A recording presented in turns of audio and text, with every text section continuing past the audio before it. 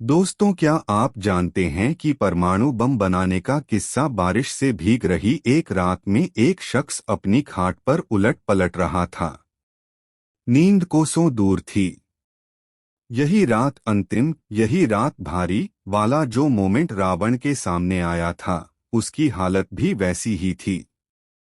ये किसी रविवार की रात थी और अगली सुबह रवि देवता, सूरज के दो रूप उगने वाले थे।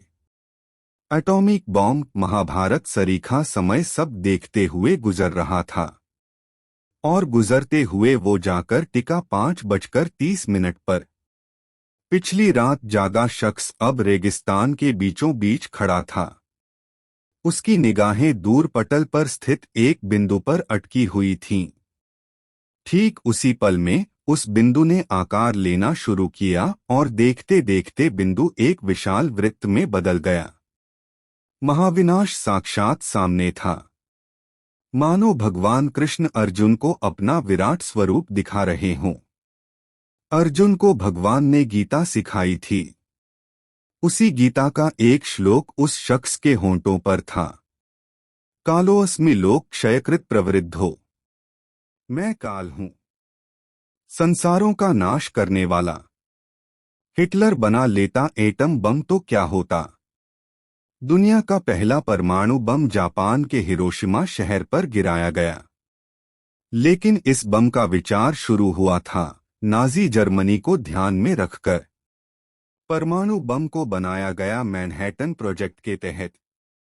इस प्रोजेक्ट में काम करने वाले डॉक्टर एडवर्ड टेलर एक इंटरव्यू में कहते हैं, आज लोगों को एहसास नहीं, लेकिन हिटलर दुनिया जीतने से बस बाल बराबर दूर था। 1939 में हिटलर ने पोलैंड पर आक्रमण किया और दूसरे विश्व युद्ध की शुरुआत हुई थी। हालांकि जिस बम ने इस युद्ध को खत्म किया, उसे बनाने के विचार की शुरुआत 1938 में ही हो गई थी। उस साल जर्मनी के 3 वैज्ञानिकों ने एक जबरदस्त खोज की। उन्होंने यूरेनियम एटम को उसके अवयवों में तोड़ डाला। इस खबर ने जर्मनी के सारे वैज्ञानिकों को चिंता में डाल दिया, क्योंकि EMC स्क्वायर के हिसाब से ऐसी रिएक्शन अपने पीछे बहुत सारी ऊर्जा पैदा कर सकती थी। 1939 में जैसे ही युद्ध शुरू हुआ, सबके दिमाग में एक ही विचार कौंधा, इस खोज का इस्तेमाल अब जरूर बम बनाने में किया जाएगा। हालांकि ये बात अभी बस थ्योरी तक सीमित थी। जर्मन वैज्ञानिक लियो ज़िलार्ड थ्योरी के प्रैक्टिकल में तब्दील होने का इंतजार नहीं कर सकते थे। उन्होंने सीधे अमेरिका का रुख किया। ज़िलार्ड अमेरिकी सरकार को इस खतरे के प्रति आगाह करना चाहते थे, लेकिन इस काम के लिए उन्हें जरूरत थी एक ऐसी आवाज की जिसमें वजन हो। उन्होंने दुनिया के सबसे महान वैज्ञानिक से मदद मांगी। ज़िलार्ड एल्बर्ट आइंस्टीन से मिले और उन्हें सरकार से बात करने के लिए मनाया। आइंस्टीन ने अमेरिका के तत्कालीन राष्ट्रपति फ्रैंकलिन रूजवेल्ट के नाम एक खत लिखा और उन्हें आगाह किया कि हिटलर के वैज्ञानिक परमाणु बम बनाने में जुट चुके हैं। इसलिए जरूरी है कि ये बम अमेरिका पहले बना ले। उनका एक प्रतिनिधि रूजवेल्ट से मिला भी। इस खबर की गंभीरता को समझते हुए रूजवेल्ट तुरंत हरकत में आए। उन्होंने एक टॉप सीक्रेट प्रोजेक्ट शुरू करने का आदेश दिया। इस प्रोजेक्ट को हम मैनहट्टन प्रोजेक्ट के नाम से जानते हैं, लेकिन असल में इसका नाम था मैनहट्टन इंजीनियर डिस्ट्रिक्ट। आगे सवाल था, इस प्रोजेक्ट को लीड कौन करेगा। इस काम की जिम्मेदारी मिली आर्मी कोर के एक जनरल लेस्ली ग्रोव्स को। ग्रोव्स प्रोजेक्ट की तैयारियों में जुट गए। इसी बीच अक्टूबर 1942 में अमेरिका के ही शिकागो शहर में फुटबॉल फील्ड के नीचे बने तहखाने में एक बड़ी खोज हुई। वैज्ञानिक एनरिको फर्मी लैब में एक परमाणु चेन रिएक्शन करने में सफल हो गए। परमाणु बम का जनक विश्व युद्ध अधर में था। जर्मनी दिन पर दिन बढ़त बनाता जा रहा था और जापान ने भी अमेरिका के लिए मुश्किलें बढ़ा दी थीं। जरूरी था कि मैनहट्टन प्रोजेक्ट को पूरी स्पीड से आगे बढ़ाया जाए। इस काम को अंजाम दिया जे रॉबर्ट ओपेनहाइमर ने, वो शख्स जो आगे जाकर मैनहट्टन प्रोजेक्ट का मुख्य चेहरा बनने वाला था। ओपेनहाइमर को मैनहट्टन प्रोजेक्ट के तहत प्रोजेक्ट वाई का डायरेक्टर बनाया गया। प्रोजेक्ट वाई इस पूरे मिशन का साइंटिफिक आर्म था, जिसके तहत बम को डिजाइन किया जाना था। ओपेनहाइमर एक पेचीदा शख्सियत के व्यक्ति थे। जीनियस इंसान थे, लेकिन कॉलेज के दिनों में प्रैक्टिकल से डरते थे। कॉलेज में एक बार उन्होंने अपने प्रोफेसर को जहर देने की कोशिश की थी। एक प्रेमिका थी जिसने उन्हें कम्युनिस्ट विचारों से रूबरू कराया। गीता पढ़ते थे, साहित्य में रुचि थी, लेकिन लोगों के साथ व्यवहार में अक्खड़ थे। इसके बावजूद जब उन्हें मैनहट्टन प्रोजेक्ट की जिम्मेदारी मिली, उन्होंने बाकी सभी चीजों को किनारे रखते हुए अपना पूरा ध्यान प्रोजेक्ट पर लगा दिया। मैनहट्टन प्रोजेक्ट पर 3 साल तक काम चला, 1942 से 1945 तक। दुनिया में सरकारी खर्चे पर शुरू हुआ। ये पहला साइंस प्रोजेक्ट था जिसे कई सालों तक चलाया जाना था। इन सालों में कई मुश्किलें आई, काम पूरी गोपनीयता से होना था। प्रोजेक्ट सफल होगा या नहीं, इसकी कोई गारंटी नहीं थी। और इसी दौरान अमेरिकी वैज्ञानिकों को जर्मनी से होड़ बनाए रखनी थी। जो पहले सफल होता, दुनिया उसकी मुट्ठी में होती। दुनिया भर के महान वैज्ञानिकों ने मैनहट्टन प्रोजेक्ट में अपना योगदान दिया। इनमें ओपेनहाइमर, लियो शिलार्ड, एनरिको फर्मी का नाम आपने सुना। इनके अलावा नील बोहर, रिचर्ड फायनमैन, क्लाउस फुक्स जैसे दिग्गज वैज्ञानिकों के नाम शामिल थे। मैनहट्टन प्रोजेक्ट के दौरान कुछ दिलचस्प वाक़ये भी हुए। एक किस्सा वो है जब प्रोजेक्ट के लिए 14,000 टन चांदी लोन ली गई। लोन की रिक्वेस्ट पहुंची यूएस ट्रेजरी डिपार्टमेंट के पास। चूंकि प्रोजेक्ट पूरी तरह सरकार से फंडेड था, इसलिए ट्रेजरी ने सवाल उठाया कि ये रकम चाहिए क्यों। असली बात ये थी कि ये चांदी पैसे के तौर पर नहीं, परीक्षण के लिए धातु के तौर पर इस्तेमाल की जानी थी। लेकिन चूंकि पूरा मामला गुप्त था, इसलिए ये बात ट्रेजरी के अधिकारियों को नहीं बताई जा सकती। फिर भी किसी तरह ये लोन सैंक्शन हुआ। लोन हासिल करने की जिम्मेदारी कर्नल केनेथ निकल्स को मिली थी। वो जाकर ट्रेजरी उप सचिव डेनियल बेल से मिले। बेल बुजुर्ग व्यक्ति थे, जबकि निकल्स की उम्र उनसे कम थी। निकल्स जब मिलने गए, बेल ने उनसे पूछा, आपको अभी कितनी रकम चाहिए? निकल्स ने जवाब दिया, 600 टन चांदी।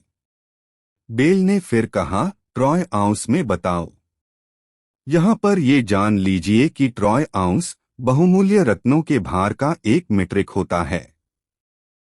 एक ट्रॉय आउंस 31.1 ग्राम के बराबर होता है। बहरहाल आगे किस्सा सुनिए। बेल के सवाल पर निकल्स ने जवाब देते हुए कहा, मुझे नहीं पता कितने ट्रॉय आउंस, बस मुझे 600 टन चांदी चाहिए। वैसे भी क्या फर्क पड़ता है, ट्रॉय आउंस हो या टन, चांदी तो उतनी ही रहेगी।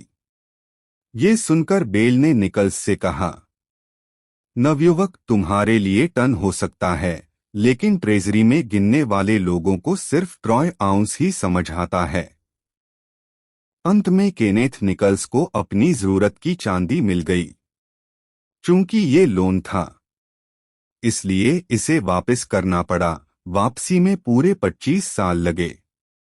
इन सालों में परीक्षण के लिए चांदी इस्तेमाल हुई, लेकिन जितनी लोन ली थी उसके 1% हिस्से से भी कम। 14,000 टन में से महज 300 किलो। ये किस्सा कर्नल केनेथ निकल्स की रोड टू ट्रिनिटी में दर्ज है। ट्रिनिटी परमाणु बम के परीक्षण का कोड नेम था। 16 जुलाई 1945 को ये परीक्षण किया गया था। इस काम के लिए अमेरिका के न्यू मेक्सिको राज्य के लॉस एलामोस शहर से 330 किलोमीटर दूर रेगिस्तान में एक जगह को चुना गया, जिसका स्पेनिश भाषा में नाम था जोरनाडा डेल मुएर्तो, या हिंदी में कहें तो मौत का सफर। परमाणु विस्फोट के दिन क्या हुआ? 12 जुलाई को बम का प्लूटोनियम कोर साइट पर लाया गया। 15 तारीख तक बम को पूरी तरह असेंबल कर एक 100 फुट ऊंचे टावर पर रख दिया गया। टेस्ट का समय 16 तारीख की सुबह 4 बजे नियत था, लेकिन 15 तारीख की रात जोरदार बारिश हुई, इसलिए टेस्ट का समय आगे बढ़ाकर 5:30 कर दिया गया। टेस्ट की जगह से 20 किलोमीटर दूर 3 बंकर भी बनाए हुए थे ताकि टेस्ट का निरीक्षण किया जा सके। जब निरीक्षण का वक्त आया, सब कुछ तैयार था, बम तैयार था, वैज्ञानिक तैयार थे, लेकिन फिर भी कोई ठीक नहीं बता सकता था आगे क्या होगा। थियोरिटिकल गणना में एक संभावना ये भी बनती थी कि टेस्ट की चेन रिएक्शन कभी रुके ही नहीं और वो पूरे वातावरण को भस्म कर डाले। टेस्ट से कुछ महीने पहले वैज्ञानिकों ने इस बात पर खूब माथापच्ची की। लेस्ली ग्रोव्स ने ओपनहाइमर से कहा, अगर 2.5 करोड़ में एक भी संभावना ऐसी है कि इस टेस्ट से दुनिया नष्ट हो सकती है, तो टेस्ट नहीं होगा। ओपनहाइमर ने उन्हें जवाब दिया, ऐसा होने की संभावना लगभग 0 है। ओपनहाइमर हालांकि टेस्ट के सफल होने को लेकर पूरी तरह श्योर नहीं थे।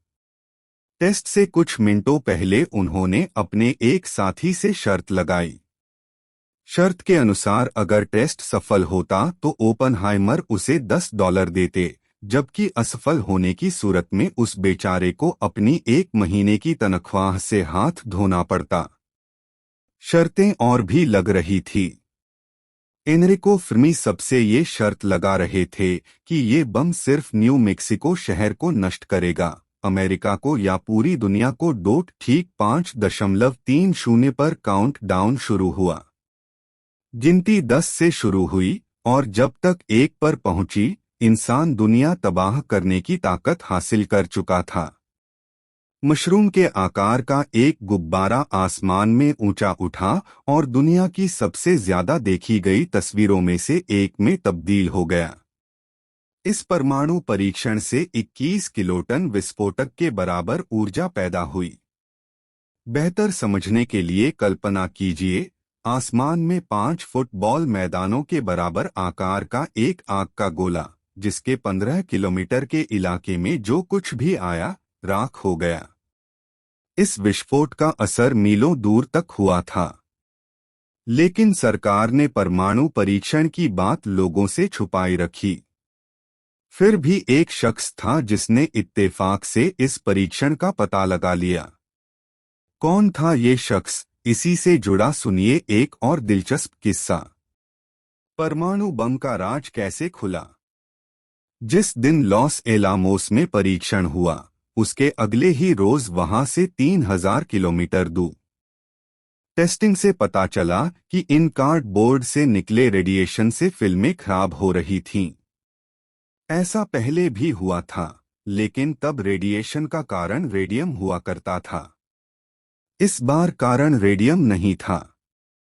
वेब ने लैब टेस्टिंग से पता लगाया कि ये रेडिएशन एकदम नए प्रकार का था। लेकिन ये रेडिएशन आया कहां से, ये सवाल अब भी वेब के सामने बना हुआ था। काफी खोज के बाद वेब इस निष्कर्ष पर पहुंचे कि ये रेडिएशन हवा के जरिए फैक्ट्री तक पहुंचा था। इस बात को हालांकि वेब ने की साल तक छुपाए रखा। साल 1949 में कंपनी को भेजी अपनी रिपोर्ट में उन्होंने बताया कि कोडेक की फिल्म न्यूक्लियर टेस्ट के चलते खराब हुई थी। कंपनी इसके बाद सरकार के पास पहुंची। दोनों के बीच समझौता हुआ कि आगे जो भी टेस्ट होगा, उसका स्केड्यूल कंपनी को पहले दे दिया जाएगा, ताकि वो अपना प्रोडक्ट बचा सके। बदले में कंपनी ने वादा किया कि वो इस राज को राज रखेगी। ट्रिनिटी परीक्षण के बाद क्या हुआ? कमोबेश हम सभी जानते हैं।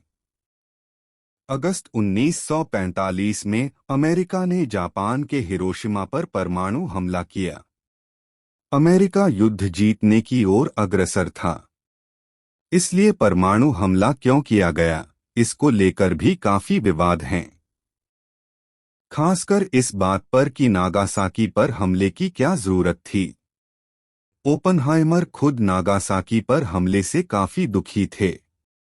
नागासाकी पर हमले के बाद ओपनहाइमर जाकर राष्ट्रपति हेनरी ट्रूमैन से मिले और उनसे आग्रह किया कि परमाणु हथियारों को आगे युद्ध के इस्तेमाल में ना लाया जाए। ओपनहाइमर ने ट्रूमैन से कहा, मिस्टर प्रेसिडेंट, मुझे महसूस होता है मेरे हाथ खून से रंगे हुए हैं। ट्रूमैन ने जवाब दिया, खून मेरे हाथ में है, इसकी जिम्मेदारी मुझे लेने दो। ओपनहाइमर न्यूक्लियर प्रोग्राम से अलग हो गए और बाद में उन्होंने हाइड्रोजन बम बनाए जाने का भी भरपूर विरोध किया। इसका नतीजा हुआ कि सरकार ने उनके खिलाफ फाइल खोल दी। कम्युनिस्ट पार्टी से उनके पुराने रिश्तों का हवाला देकर उनका सीक्रेट क्लियरेंस छीन लिया गया। ओपनहाइमर नेपथ्य में चले गए। अपनी जिंदगी के आखिरी साल उन्होंने यूनिवर्सिटी में रहकर बिताए। इस दौरान जब जब उनसे पूछा गया कि क्या उन्होंने न्यूक्लियर बम का हिस्सा बनकर कोई गलती तो नहीं की, उन्होंने एक ही जवाब दिया,